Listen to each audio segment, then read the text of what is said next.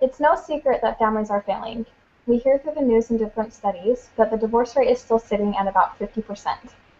There are other family issues going on too, like children being born into families without fathers and being born into abusive homes. There are a lot of suggestions out there to help strengthen the family, but I'm going to provide a great way to strengthen the family, and all it requires is a bit of personal effort. Every family should write a family mission statement. It can provide clarity, focus, purpose, and direction. A mission statement is exactly what it sounds like, a statement to complete a mission. The formal definition from dictionary.com is a formal summary of the aims and values of a company, organization, or individual. According to a study done on businesses called Financial Management, they state that firms that do disclose a commitment to shareholders in mission statements seem to perform better in terms of stock price and performance. This is interesting because each company would say that they're equally committed to their customers. But writing a mission statement and having the customers share in that vision was a key element to their success.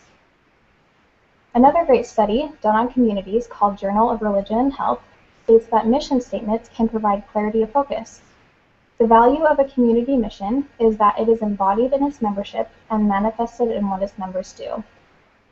Another great study was done on schools.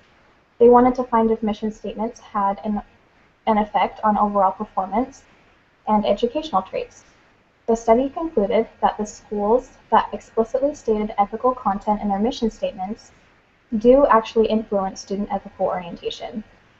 Both of these studies touch on the fact that although the organization defines what the mission statement is originally, it eventually switches. So the mission statement eventually defines what the organization does and how they act. Going back to the first study that I mentioned on businesses called Financial Management, they also talk about what mission statements communicate. They say, mission statements communicate the values that companies stand for to rally employees behind a common cause. Since I'm relating this to the family, I'm actually going to put family terms in there instead, and it would say, mission statements communicate values that families stand for to rally family members behind a common cause. As I mentioned before, mission statements have the effect of a clear focus on the family, and they are able to give direction to the family. But they also unite the family in a very emotional way because they create a way to accomplish goals for the family. Now that we've discussed the need to have one to strengthen families, and that they're actually effective in businesses, communities, and schools, you bet that they can be effective for families. So let's talk about how to write one. In order to write a family mission statement paper, you're going to need a title. So you can do something very generic like the Johnson Family Mission Statement paper, or you can do something creative, depending on what your family wants. Next, think about your personal goals, values, and beliefs, and come up with ways you think you can accomplish those goals. So once you've written those down, come together as a family and try to come up with a family mission statement. So for example, mom, dad, and kids could have sat down and written that they want to accomplish service. And they could have written down specific ways to do that in the community, in their family, with their friends, different ideas like that. So even though they've written specific ideas, the family mission statement could say something like, as a family, we will focus on taking advantage of service. So after they've written the statement and put it under the title, they'll come up with different categories that they can serve in. So for example, communities, families, their friends, churches, anything that they're involved with. And under each category, they'll write great ideas in ways that they can accomplish those. So for example, this family could say that they're going to serve in the community. And a way that they can do that is to pick up trash on the ground if they see it and throw it in the garbage. Another great way to do this is in their family. They could say that they want to accomplish one random act of kindness per day. Although a mission statement can have a specific overall idea, like service, it doesn't have to be that way. My husband and I actually made a family mission statement earlier this year, and it's very, very general. It says, our family will be actively aware of each other's cognitive, spiritual, and physical needs. This allows us to focus on a lot of different areas, and that's exactly what we wanted to. So the categories we used, we actually made an acronym for our last name, and our last name is Engel, spelled E-N-G-E-L. E stands for enrich the community. N stands for never speak vile. G stands for go and do. E stands for enhance our lives through physical and spiritual activity. And L stands for lifelong learning. So those were our categories, and we listed specific ways that we could accomplish those goals. So for example, under enrich the community, we wanted to make sure that we were voter ready. We wanted to make sure that we were aware of what was going on in the community and that we could vote for the people that we agreed with. We also said that we wanted to accomplish 2 different acts of kindness in the community per month. So this makes sure that we're also involved in the community as well. Another great example is under lifelong learning. I wanted to finish my bachelor's degree, and my husband wanted to finish his master's degree. And even though those seem like personal goals, you can put those on the family mission statement, because a family is a great way to help boost you up and to accomplish those goals. So after we wrote those, we typed it up and printed it, and we have it framed. And it's in a gray area where we can keep those goals in the forefront of our mind. It's really easy for us to remember too, because just like our last name is important to us, our goals are very important to us as well. The great thing about a family mission statement paper is that it can change with you. Your family will obviously change and evolve over time, and your goals and beliefs will change too. So you need to make sure that you're communicating with your family and changing those things as they come up. Just as my family has had success in utilizing a family mission statement paper, your family can have success as well. As I mentioned at the beginning and throughout my speech, a mission statement can provide clear focus, purpose, and direction. I encourage you to get your families on track, because this society is becoming less and less family-oriented. Sit down with your families tonight and look through the different values, goals, and beliefs that you have, and write a family mission statement paper. It will be a world of difference in your family's success. Thank you.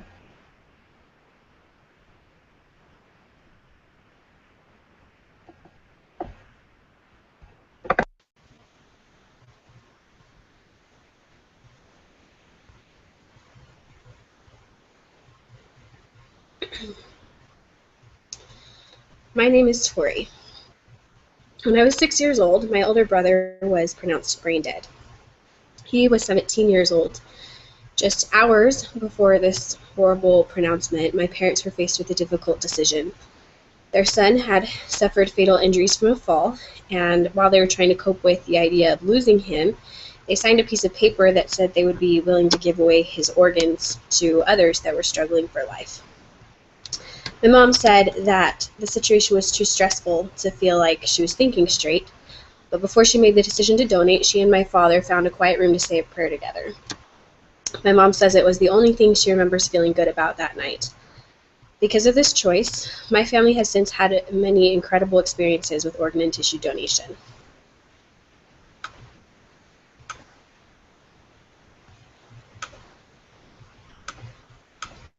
This is Jill Wright.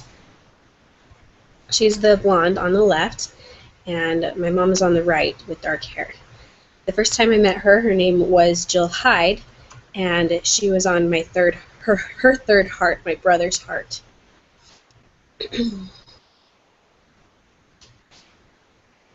She told us stories of surgery after surgery as a kid when she had to fix her heart, and then again as a teenager when her first heart transplant was unsuccessful. She told us about being horribly sick and spending hours watching Nick at Night because she wasn't really able to do anything else. She was put on a list to wait for a new heart, and she waited in sickness for 2 years before she got a call saying that my brother was a match. Every 10 minutes, someone is added to this wait list to wait for a life-saving organ. On average, 18 people die every day from that list. Right now, there are enough people on the list waiting for an organ to fill a large football stadium twice. So why should we donate our organs? Because one organ donor can save up to 8 lives. The same donor can also save or improve the lives of up to 50 people by donating tissues and eyes.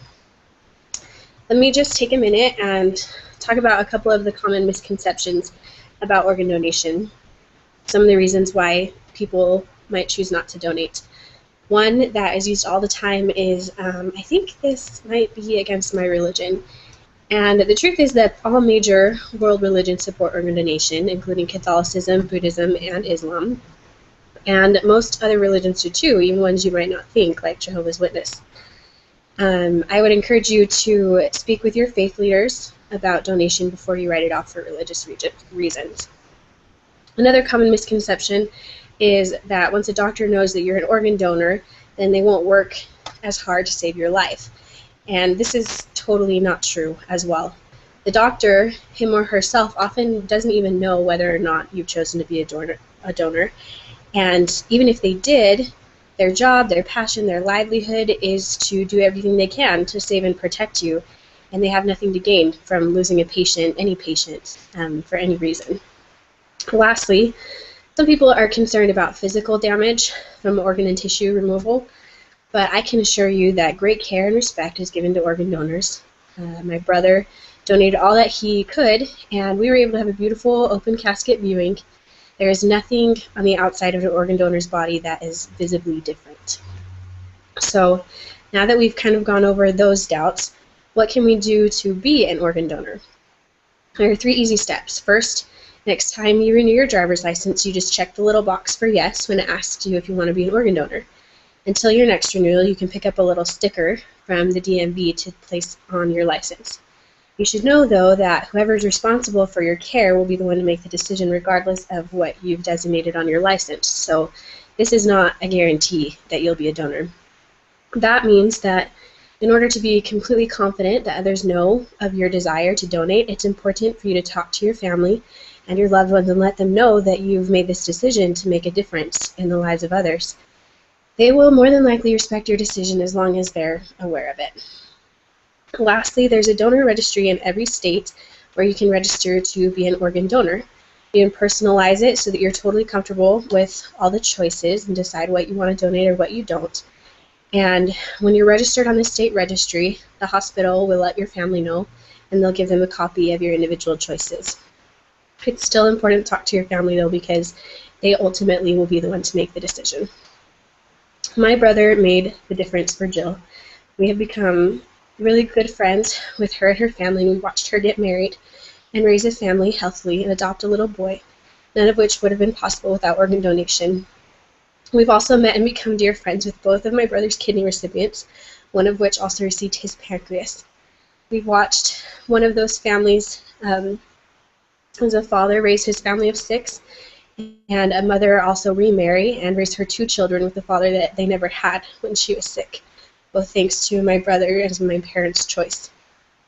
Another of my brothers, Marshall, was so inspired by these experiences with these families that throughout his teenage and young adult years, he faithfully donated blood and plasma as often as he was physically able to. 3 years ago, Marshall was diagnosed with leukemia, and we watched his selfless sacrifice come back to him as he's received countless blood transfusions and not 1 but 2 bone marrow transplants. It's been amazing to see the cycle of donation come full circle and back around to my family. I know that donation makes a difference because my family has been on the giving end as well as the receiving end. If it's something you haven't thought a lot about, I encourage you to get educated and go register now because you can make a huge difference just by saying yes.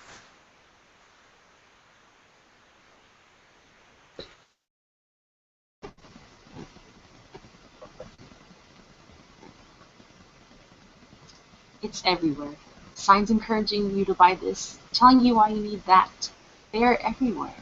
When you go out shopping, what do you see?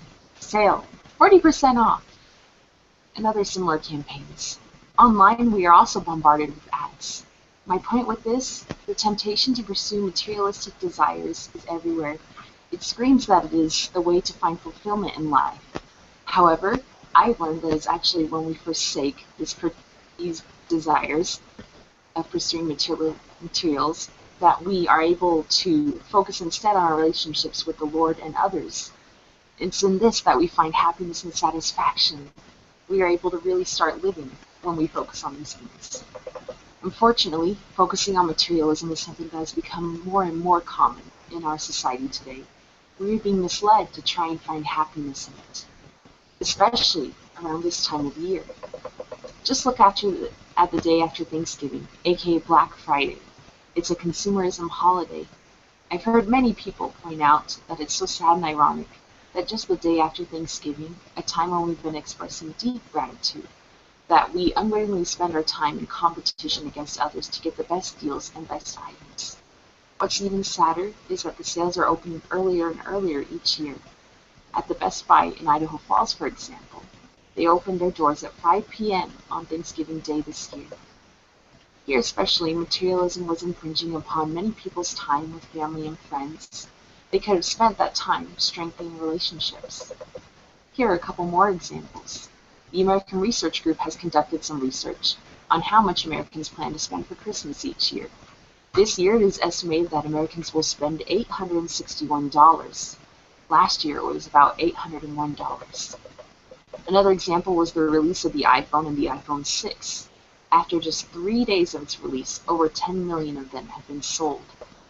However, I think the biggest issue here is when we are focused on the never-ending search for happiness, that our relationships suffer. Aline Zolbrod, a couples therapist, sees this situation frequently. She sums up the situation by saying that couples are, quote, so exhausted from the pursuit of nice things, a big house, private school for the kids, fancy cars, that they are time-starved and depleted. Life is luxurious, but unsatisfying and simply no fun. To me, this is a scary fact. It is one that we should be taking seriously. While seeking nice things in and of itself isn't bad, it is when we do so thinking that'll bring us happiness. We must not fall into this trap. We can't let ourselves be distracted. You might have heard the story, The Gift to the Magi, by O. Henry. It's a story about a couple who starts to focus on a few material things, but then realize that they are grateful for each other, and they don't need those things to be happy. The tale centers around Jim and Della Dillingham Young. Aside from each other, they have two treasured possessions, Della's hair and Jim's watch. The story opens on Christmas Eve with Della fretting because she only has $1.87 in which to buy Jim a Christmas present. In desperation, she decides to sell her hair, and then finds an elegant chain to go with Jim's watch. When her husband comes home and sees her hair, he's dismayed. He reveals that he has just bought an expensive set of combs for her hair that she has been wanting. Della comforts Jim by telling him that her hair will soon grow back, and that she can wear them then. Meanwhile, she encourages him to open his present. When he opens it and sees the chain, he reveals that he sold the watch in order to buy the combs. Now, while I think those sacrifices are sweet, and they weren't really being very materialistic here, don't you think that they would have been happier if they had not worried so much about gifts, but enjoyed each other? It's true that it's nice to have gifts, but the greatest ones don't come in packages. Jim and Della may have had some regrets from this incident, but they did learn how much they cared about each other. I think they also learned that they don't need material items to show their love. So how do we find true happiness if it can't be found in possessions? I've mentioned it briefly, and Jim and Della's example has also hinted at it. President Dieter F. Uchtdorf lists 4 relationships that are at the center of his life. Pursuing these are what will give us true fulfillment. They are, quote, the things that matter most. The first relationship is with our Heavenly Father. He not only knows how to help us be happy, but He desires it as well, and He can help us as we seek to come close to Him and to learn of Him. The second relationship is with our families. Since these relationships are some of the most important we will ever have, it's important that we show our love through the time we spend with them. Third is our relationship with others. This can happen very simply. We can just listen to others or be sensitive to their needs. Personally, some of the greatest joys in my life have come from serving others. The last relationship is with ourselves. This one actually surprised me a bit. But it's important that we see ourselves as children of God, and that we see the divine potential that comes with that. It's in seeing this that we are encouraged to grow. There's a quote by Marjorie Hinckley that really illustrates how many of these relationships contribute to finding the deeper meaning of life. She wisely stated, quote, I don't want to drive up to the pearly gates in a shiny sports car wearing beautifully tailored clothes, my hair expertly coiffed, and my fingernails and with long, perfectly manicured fingernails. I want to drive up in a station wagon that has mud on the wheels from taking kids to scout camp. I want to be there with a smudge of peanut butter on my shirt for making sandwiches for a sick neighbor's children. I want to be there with a little dirt on my fingernails from helping to weed someone's garden. I want to be there with children's sticky kisses on my cheeks and the tears of a friend on my shoulder. I want the Lord to know I was really here and that I really lived. Close quote. She stated the heart of the problem perfectly. When we are focused on material items rather than on our relationships with the Lord, our families, ourselves, and each other, then we aren't really living. We aren't seeking that which will bring us happiness. We are in the Christmas season now. What better time can we take to reevaluate our lives? With the temptation to seek happiness in the whirlwind of materialism surrounding us, we can choose instead to strengthen our relationships. We can focus on our relationship with the Savior and with our families. We can choose to serve each other. We can seek to make something of our lives and leave behind an example of happiness for posterity. We can choose to really live.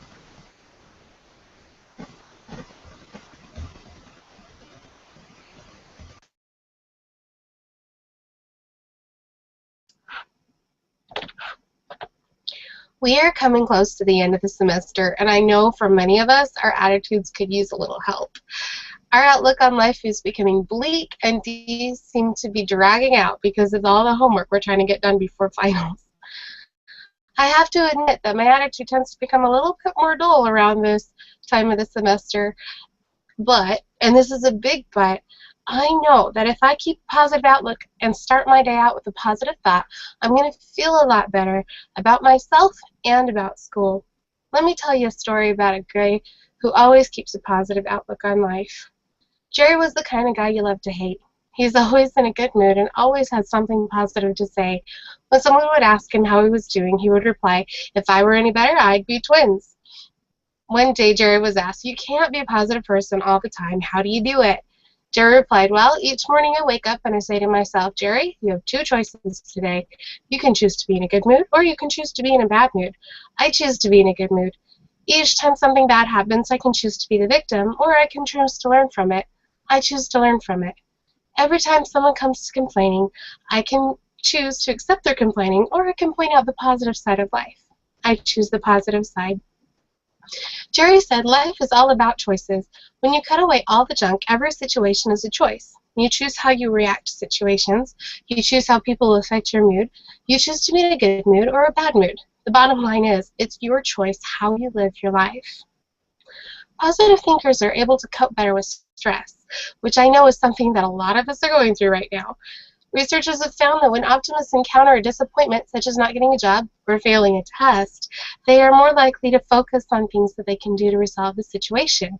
Rather than dwelling on the frustrations or things they cannot change, they will devise a plan of action and ask others for assistance and advice. Pessimists, on the other hand, simply assume that the situation is out of their control and there is nothing they can do to improve it. Optimism can help improve your immunity.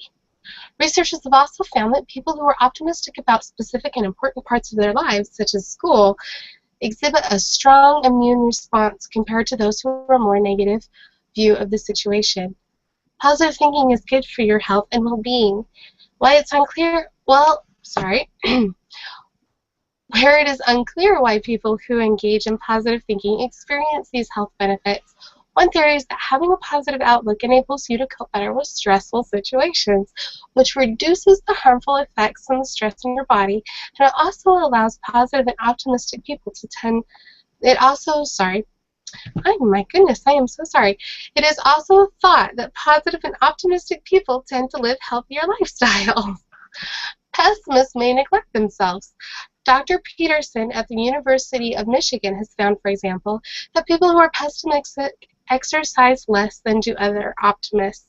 On a checklist of health habits, they were much more careless of their health than were optimists, and pessimists reported twice as many colds and doctor's visits during the year as optimists did.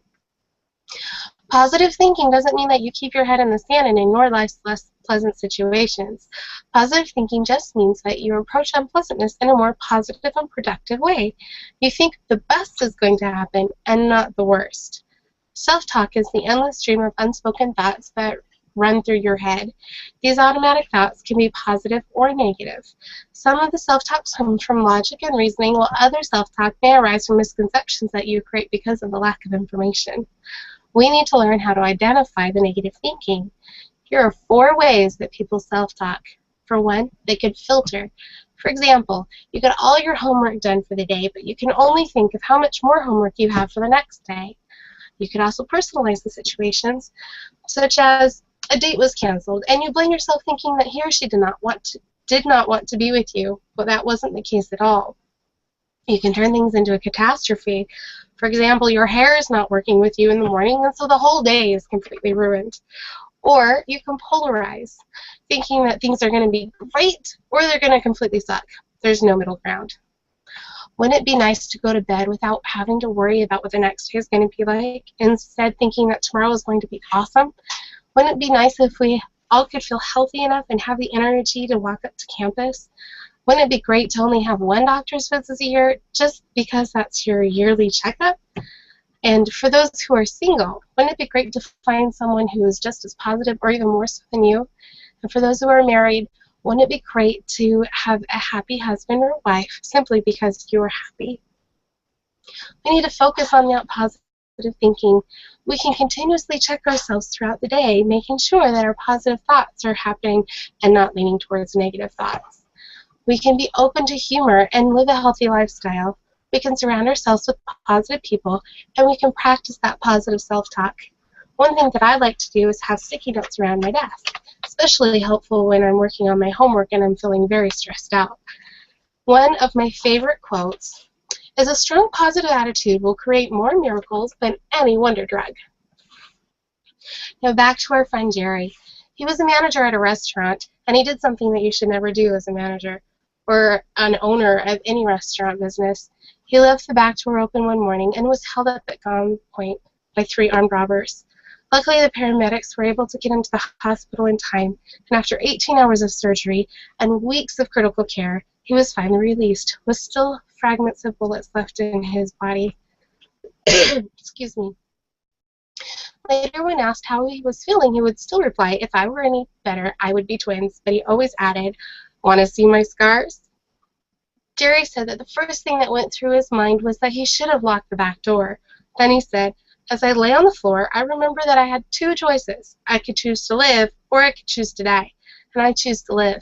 The paramedics were great. They kept telling me that I was going to be fine, but when I got to the hospital, I remember seeing the look on the doctors' faces and the nurses' faces saying that he's a dead man. I knew I needed to take action. There was a big burly nurse shouting questions at me, and she asked if I was allergic to anything. "Yes," I replied. As the doctors and nurses stopped waiting for my answer, I took a deep breath and shouted, "Bullets!" Over their laughter, I told them, "I am choosing to live. Operate on me as if I am alive, not dead." There is something we can all learn from Jerry's story. We have a choice.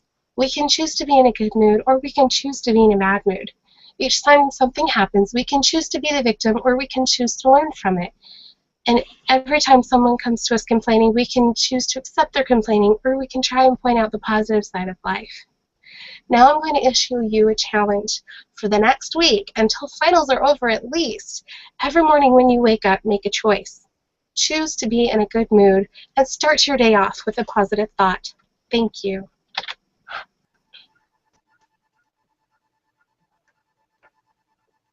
On the site payingforseniorcare.com, they state that the percentage of American people over 60 who live with younger relatives is 6.3%. In contrast, the percent of Japanese people over 60 who live with younger relatives is 70%. This is a big difference due in part to the obligation to family that each culture values. In our society, we don't often contemplate what should happen as our loved ones grow older and need care. We should take them into our homes and care for them if we were able to, instead of putting these beloved individuals into a nursing home. One of the problems is that people in America and all over the world are living longer on average. Where will they live as they grow older and require more care?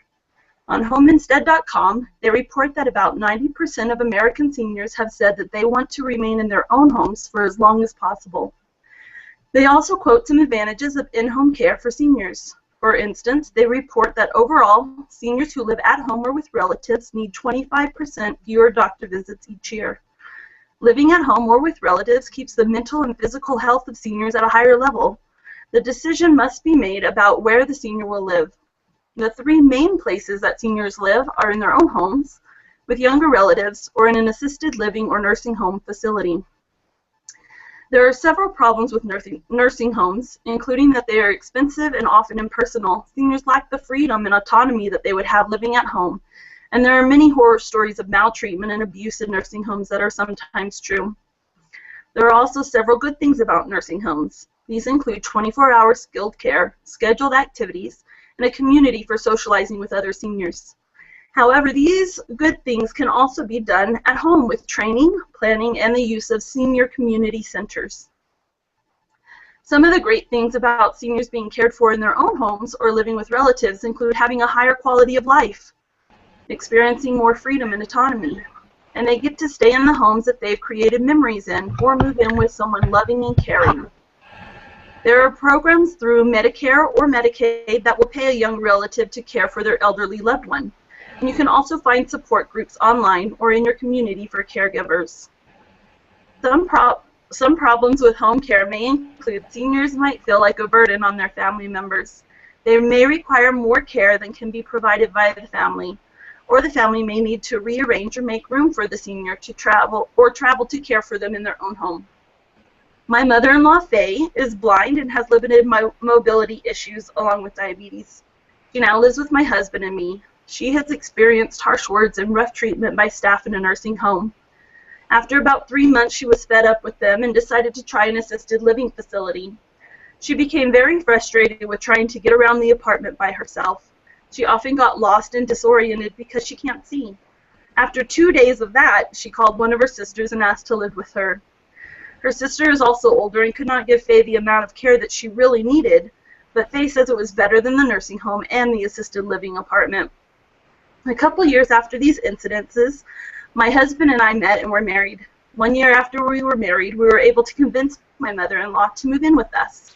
I quit my job at a daycare to stay home and care for her. I've been doing that for 3 years now.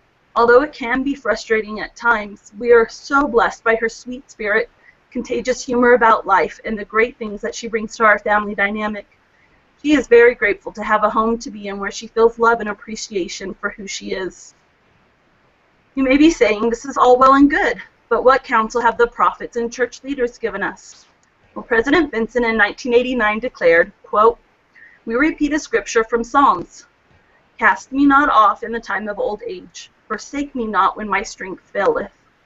We encourage families to give their elderly parents and grandparents the love, care, and attention they deserve. When the elderly become unable to care for themselves, even with supplemental aid, care can be provided in the home of a family member when possible. Close quote. President Benson is saying that we need to care for seniors, honor them, and include them in our family. We need to strengthen them and care for them when they can't do those things for themselves. Dallin H. Oaks, in his talk entitled "Honor Thy Father and Thy Mother," said, quote, "When aged parents who are not able to live alone are invited to live with their children, this keeps them in the family circle and allows them to continue their close ties with all members of the family. When a parent lives with one child, the other children should make arrangements to share the burdens and blessings of this arrangement." Close quote. Keeping seniors in the family circle is so very important. Seniors who are kept in the circle feel more love, worth, and acceptance, and less loneliness, isolation, and abandonment.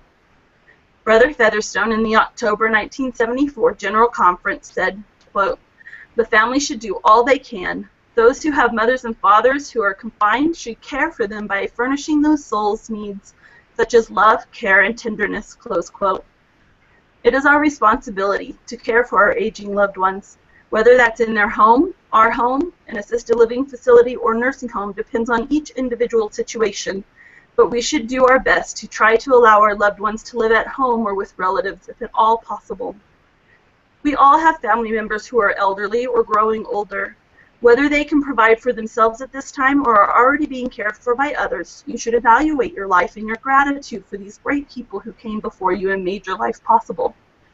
Is there any way that you can give back to them, enrich their lives, or show them more love and concern than you already do? If you were older and needed care, would you like to be with family in your last days or in a facility? As you contemplate these questions, please examine what you can do now and in the future to provide your loved ones with a better quality of life. Seniors may need reassurance that they are not a burden and that you welcome their presence in your home. Counsel with your family and come up with a plan of action now to care for those who have come before you. They have sacrificed so much to give you the best life they could. Shouldn't you do the same thing for them?